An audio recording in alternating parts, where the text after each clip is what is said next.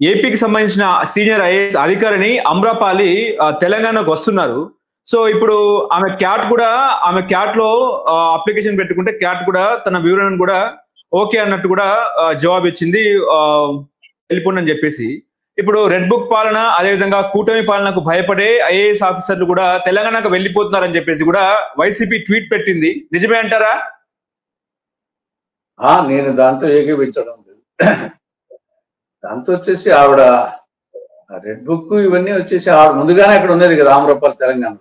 అవునవును, కానీ అక్కడే ఉన్నది కదా. అప్పటికి రెడ్ బుక్లు ఎన్ని ఏం లేవు కదా, అప్పటికి లేని రోజుల్లోనే ఆవిడ తెలంగాణకు ఉన్నది కదా. కాబట్టి ఆవిడకి వచ్చేసి ఆవిడ విషయంలో ఆవిడ పర్సనల్ అభిప్రాయం ఉండొచ్చు అంతే తప్ప రెడ్ బుక్ దానికి సంబంధం ఉంది అనుకోవడం. ఓకే, ఇప్పుడు నిన్న ఏపీలో కేబినెట్ భేటీ అయింది. ఆ కేబినెట్ భేటీలో కూడా కొన్ని నిర్ణయాలు తీసుకున్న పరిస్థితి, ముఖ్యంగా తెలంగాణ వర్సెస్ ఏపీ మధ్య బనకచెర్ల ప్రాజెక్టు మీద గోదావరి నీళ్లను చంద్రబాబు నాయుడు అక్రమంగా తరలిస్తున్నారంటూ రేవంత్ రెడ్డి, లేదు మేము 2000 టీఎంసీల నీరును వృధాగా పోతుంది కాబట్టి ఆ నీటినే వాడుకుంటామని చెప్పేసి ఇటు చంద్రబాబు నాయుడు మాట్లాడుతున్నారు. బనకచెర్ల వల్ల, ఆ ప్రాజెక్టు వల్ల తెలంగాణకు నష్టమా లేకపోతే ఏపీకి లాభమా లేకపోతే తెలంగాణకు నష్టమా అంటే ఏం చెప్తారు సార్? ఇక్కడ మీరు చెప్పినట్లు 3 కోణాలు ఆలోచిస్తాం. 1 తెలంగాణ కోణము, 2 ఏపీ కోణము, 3 కేంద్ర ప్రభుత్వ కోణము. దీంట్లో ముందు తెలంగాణ కోణానికి సంబంధించి ఇది తెలంగాణది అనవసరమైన రాద్ధాంతం ప్రచారం. దీనికి తెలంగాణకు వచ్చిన నష్టమే లేదు. ఎందుకంటే ఇది గోదావరి అంతర్రాష్ట్ర నది. 6 రాష్ట్రాలకు సంబంధించి మహారాష్ట్ర, కర్ణాటక, ఛత్తీస్గఢ్, ఒరిస్సా, తెలంగాణ, ఆంధ్రప్రదేశ్. ఈ 6 రాష్ట్రాలకు సంబంధించి గతంలో ఉమ్మడి ఆంధ్రప్రదేశ్ వచ్చేసి దిగువ రాష్ట్రం. రాష్ట్ర విభజన తర్వాత నవి ఆంధ్రప్రదేశ్ దిగువ రాష్ట్రం. కాబట్టి ఇక్కడ పోలవరము, బనకచెర్ల ఆంధ్రప్రదేశ్ ప్రతిపాదన ఏమి? పోలవరం నుండి ఈ యొక్క ప్రకాశం బ్యారేజీ దగ్గరికి కృష్ణానదికి, అక్కడ నుండి పోలవరం రిజర్వాయర్, అక్కడ నుండి బనకచెర్లకు. ఇది మిగులు జలాల ఆధారంగా ఉంది. కాబట్టి మిగులు జలాలు అనేది దిగువ రాష్ట్రమైనా వాడుకోవాలా, లేకపోతే సముద్రంలోనా కలుస్తాయి. పయ్యోడు కిందికి నీళ్లు వదిలితేనే కదా వచ్చేది. కాబట్టి నికర జలాలకు సంబంధం లేదు. ఇది మిగులు జలాల ఆధారంగా మహారాష్ట్ర, కర్ణాటక, ఒరిస్సా, ఛత్తీస్గఢ్, తెలంగాణ వాడుకోంగా మిగిలినట్టే కదా సముద్రంలో కలుస్తాయి, లేకపోతే ఆంధ్రప్రదేశ్ వాడుకుంటుంది. మీకు వచ్చిన ఇబ్బంది ఏంటి? మీకు ఇది నికర జలాలకు సంబంధించింది కాదు, మిగులు జలాలకు సంబంధించిన అంశము. మిగులు జలాలు వచ్చేసి సముద్రంలో అన్నా కలవాలా, ఆంధ్రప్రదేశ్ కన్నా దిగువ రాష్ట్రం వాడుకోవచ్చు. మీకు వచ్చిన ఇబ్బంది ఏమి?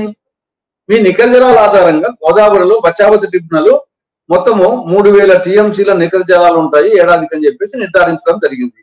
ఆ 3000 టీఎంసీలను 6 రాష్ట్రాలకు విభజించింది. 889 టీఎంసీలు మహారాష్ట్రకు, 20 టీఎంసీలు కర్ణాటకకు, 625 టీఎంసీలు ఛత్తీస్గఢ్కు, 293 టీఎంసీలు ఒరిస్సాకు, 1480 టీఎంసీలు పునరుత్పత్తి జలాలతో కలిసి ఉమ్మడి ఆంధ్రప్రదేశ్. ఇది వాళ్ళకి నికర జలాలకు సంబంధించి అయిపోయింది. ఉమ్మడి ఆంధ్రప్రదేశ్ కేటాయించిన 1480 టీఎంసీల్లో ప్రాజెక్టుల వారిగా 710 టీఎంసీలు తెలంగాణ ప్రాజెక్టులకు, 770 టీఎంసీలు నవి ఆంధ్రప్రదేశ్ ప్రాజెక్టులకు కేటాయించడం జరిగింది.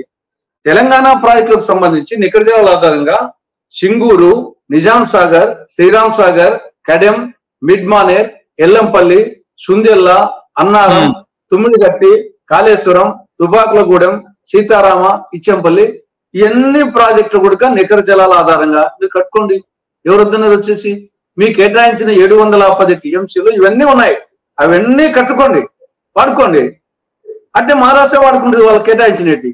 ఇవి పోను మిగులు జలాలు ఏదైనా ఉంటే 100 సంవత్సరాల్లో 75 సంవత్సరాలు ఈ 3000 టీఎంసీలు అంతకన్నా ఎక్కువ వస్తాయి, 20 సంవత్సరాలు 3000 టీఎంసీలు తక్కువ వస్తాయని విశ్వసనీయత ఆధారంగా బచావ్ చేసింది. తక్కువ వచ్చినప్పుడు నష్టపోయేది ఆంధ్రప్రదేశ్, ఎక్కువ వచ్చినప్పుడు మీరు వాడుకోగా మిగిలిన సముద్రంలో కలుస్తాయి, ఇక్కడ కలుస్తాయి. కాబట్టి ఇది తెలంగాణది అనవసరమైన రాద్ధాంతం. ఇది వాళ్ళ యాంగిల్. ఇక ఆంధ్రప్రదేశ్ యాంగిల్ కి సంబంధించి ఇది ఆంధ్రప్రదేశ్ కు గుదిబండ. ఇది చంద్రబాబు నాయుడు గేమ్ చేంజర్ అంటున్నాడు, ఇది గేమ్ చేంజర్ కాదు, ఇది ఆంధ్రప్రదేశ్ కు గుదిబండ అవుతుంది. రాష్ట్రం ఇప్పటికే అప్పుల కుప్పయింది. ఈ ప్రాజెక్టు వలన ఇక అప్పుల భూమి నుండి ఎప్పటికీ తేరుకోలేదు ఆంధ్రప్రదేశ్. ఎందుకంటే ఇది ప్రాజెక్టు కాస్ట్ ఎంత? 81,900 కోట్ల రూపాయలు. అది ఇప్పుడు అది పూర్తయితలకి 2 లక్షల కోట్లు 3 లక్షల కోట్ల రూపాయలు అవుతుంది. ఏ విధంగా కాళేశ్వరం తెలంగాణకు గుదిబండగా తయారైందో పోలవరము బనకచెర్ల ఆంధ్రప్రదేశ్ కు గుదిబండగా తయారైంది. ఇది ఎందుకంటే వీళ్ళ ప్రతిపాదన అంతా అప్పు. ఈ 81,900 కోట్లలో 50% విదేశాల నుండి అప్పు తెచ్చుకుంటారంట, 20% కాంట్రాక్టర్ ముందు ఖర్చు పెట్టి రైతు నుండి రాబడతారంట, అంటే అది కూడా అప్పు కిందనే. 20% కేంద్రము 10% రాష్ట్రము పెట్టే విధంగా ప్రతిపాదన పెట్టారు. ఇందులో 10 లిఫ్ట్లు, 38.01 కిలోమీటర్ల మేరకు 3 టర్నెల్స్, 4,100 మెగావాట్ల విద్యుత్ అవసరం, 49,999 ఎకరాలు వచ్చేసి భూసేకరణ, దీంట్లో 17,000 ఎకరాలు వచ్చేసి అటవీ భూమి. కాబట్టి ఇది అమ్మకు అన్నం పెట్టని ప్రభుత్వుడు పిన్నమ్మకు బంగారుగాలు చేస్తానట్టు ఉన్న ప్రాజెక్టులకే దిక్కు లేదు. అన్నమయ్య ప్రాజెక్టు గేటుకు వచ్చేసి గ్రీసు పూసేదానికి డబ్బు లేని కారణంగా మొత్తం ప్రాజెక్టే కొట్టుకుపెట్టే 3 ఏళ్ళు అయింది, దిక్కు లేదు. అదే గుండ్లకమ్మ గేటు కొట్టుకుపోతే దిక్కు లేదు. శ్రీశైలం ప్లంచుపూలు వచ్చేసి అగాధం ఏర్పడింది. ఎప్పుడైనా శ్రీశైలం డ్యాం ప్రమాదంలో పడే పరిస్థితి ఉంది. 200 కోట్లు ఖర్చు పెట్టమంటే దిక్కు లేదు. ఎప్పుడో దశాబ్దాల క్రితం ప్రారంభించిన తెలుగంగ, గాలేరు నగరి, హంద్రీనివా, వెలుగొండ ఈ ప్రాజెక్టులకు దిక్కు లేదు. కాబట్టి ఆ ప్రాజెక్టులు పూర్తి చేయకుండా 81,900 కోట్లు ఖర్చు పెట్టి నీళ్ళను ఎగిరించుకుంటూ వచ్చి రాయలసీమను రతనాలసీమ చేస్తారంట. ఇది ఖచ్చితంగా ఇది కమిషన్ల కోసం చేసే ప్రాజెక్టు. ఇది మరొక గుదిబండ. ఇది ఏ పరిస్థితి ముందు ఉన్న ప్రాజెక్టులు పూర్తి చేసుకుంటే చాలు దేవుడా. మళ్ళా తర్వాత ఇవన్నీ అయిపోతే తెలుగంగ, గాలేరు నగరి, హంద్రీనివా, వెలుగొండ, పోలవరము, ఉత్తరాన సూర్యస్రవంతి, జరికోన, అన్నమయ్య, పించ ఇవన్నీ అయిపోయినాక అప్పుడు ఆలోచిద్దారు. కానీ ఇప్పుడు అది కాదు, ఇది కాదు, ఏది కాదు, కేవలం వచ్చేసి గుదిబండగా తెరపై రాష్ట్రం అప్పుల ఊబిలో కురిగిపోతుంది. కాబట్టి ఆంధ్రప్రదేశ్ కోణంలో ఇది గుదిబండ. తెలంగాణకేమో అనవసర రచ్చ, ఆంధ్రప్రదేశ్ ఏమో గుదిబండ. కేంద్ర ప్రభుత్వం ఏం చేస్తా ఉంది? నదుల అనుసంధానం పేరుతో ఇచ్చంపల నుండి కావేరికి రేపు తమిళనాడు ఎన్నికలు దృష్టిలో పెట్టుకొని అక్కడ ఎన్నికల లబ్ధి కోసం వాళ్ళ ప్రయత్నం వచ్చేసి పోలవరం ఎదిగారు.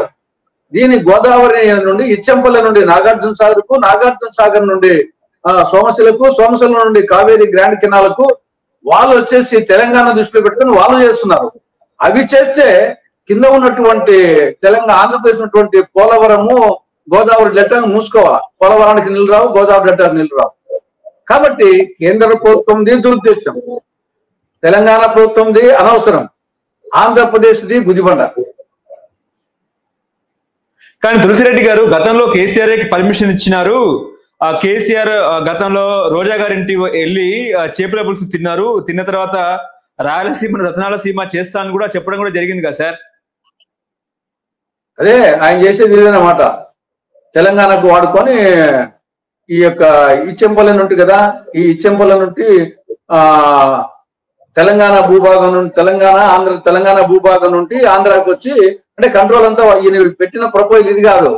కేసీఆర్ పెట్టిన ప్రపోజల్ పోలవరము బనకచెర్ల కాదు.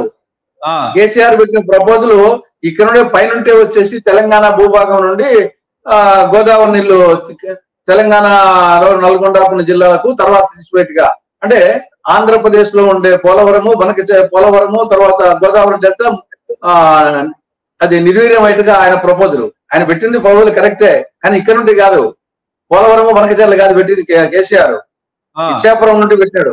ఆయన వేరే ప్రపోజల్ పెట్టింది. ఎగువ నుండి గోదావరి జలాలు తీసిపెట్టుగా ఆంధ్రప్రదేశ్ కేటాయించిన నిగులు జలాలు, నికర జలాలు, మిగిలిన జలాలు అన్ని తీసిపెట్టే విధంగా చేశాడు ఆయన. ఆ ప్రపోజల్ వేరు. కానీ గతంలో జగన్మోహన్ రెడ్డి పోతిరెడ్డిపాడుకు బొక్కపెట్టి నీళ్లు తీసుకెళ్లిపోయారని చెప్పేసి కూడా ఇటు కాంగ్రెస్ ఆరోపించింది గతంలో ఇక్కడ ప్రతిపక్షంలో ఉన్నప్పుడు. పోతిరెడ్డిపాడుకు బొక్క పెట్టడం ఏంటి? పోతిరెడ్డిపాడు వచ్చేసి ఎన్నాళ్ళం ఉంటుంది. అది పోతిరెడ్డిపాడుకు మిగులు జలాలు వచ్చేసి 841 అడుగుల్లో ఉంది. ఈ యొక్క నాగార్జున శ్రీశైలం డ్యామ్ లో పోతిరెడ్డిపాడు వచ్చేసి 841 ఫీట్ లో ఉంది.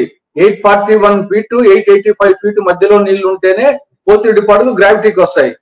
కాబట్టి ఆ గ్రావిటీ ద్వారా వచ్చిన నీళ్లు మిగులు జలాలు ఉంటే వాడుకుంటుంది, లేకపోతే సముద్రంలో కలుస్తాయి. కాబట్టి ఆ విధంగా అనుకుంటే నా తెలంగాణ ప్రాజెక్టులో అనేక ప్రాజెక్టులు మిగులు జలాల మీద ఉన్నాయి. ఏ విధంగా గాలేరు నగిరి, తెలుగు గంగా ఇవి వచ్చేసి మిగులు జలాలు, తెలంగాణలో అనేక ప్రాజెక్టులు మిగులు జలాలే. అది ఉమ్మడి ఆంధ్రప్రదేశ్ లో వాళ్ళకో పర్మిషన్ ఇచ్చింది, వీళ్ళకో పర్మిషన్ ఇచ్చింది మిగులు జల ఆధారంగా. కాబట్టి పోతిరెడ్డి వాడికి బొక్క పెట్టడం ఏంటి? ఉన్న ప్రాజెక్టులు గాలేరు నగరు, తెలుగు గంగకే. చిన్న బొక్కైనా పెద్ద బొక్కైనా ప్రాజెక్ట్ ఏమో రెండే. ఓకే, ఇప్పుడు హలో, తెలుగు రాజ్యం ఛానల్ చూస్తున్నారా? సామాజిక రాజకీయ జీవన చిత్రణే తెలుగు రాజ్యం. అతిశయోక్తులు అసత్యాలు ఉండవు. రాజకీయ కోణం కాదు, ప్రజా కోణమే కొలబద్ద. తెలుగు రాజ్యం వీక్షణ మీ ఉత్తమ అభిరుచికి నిదర్శనం.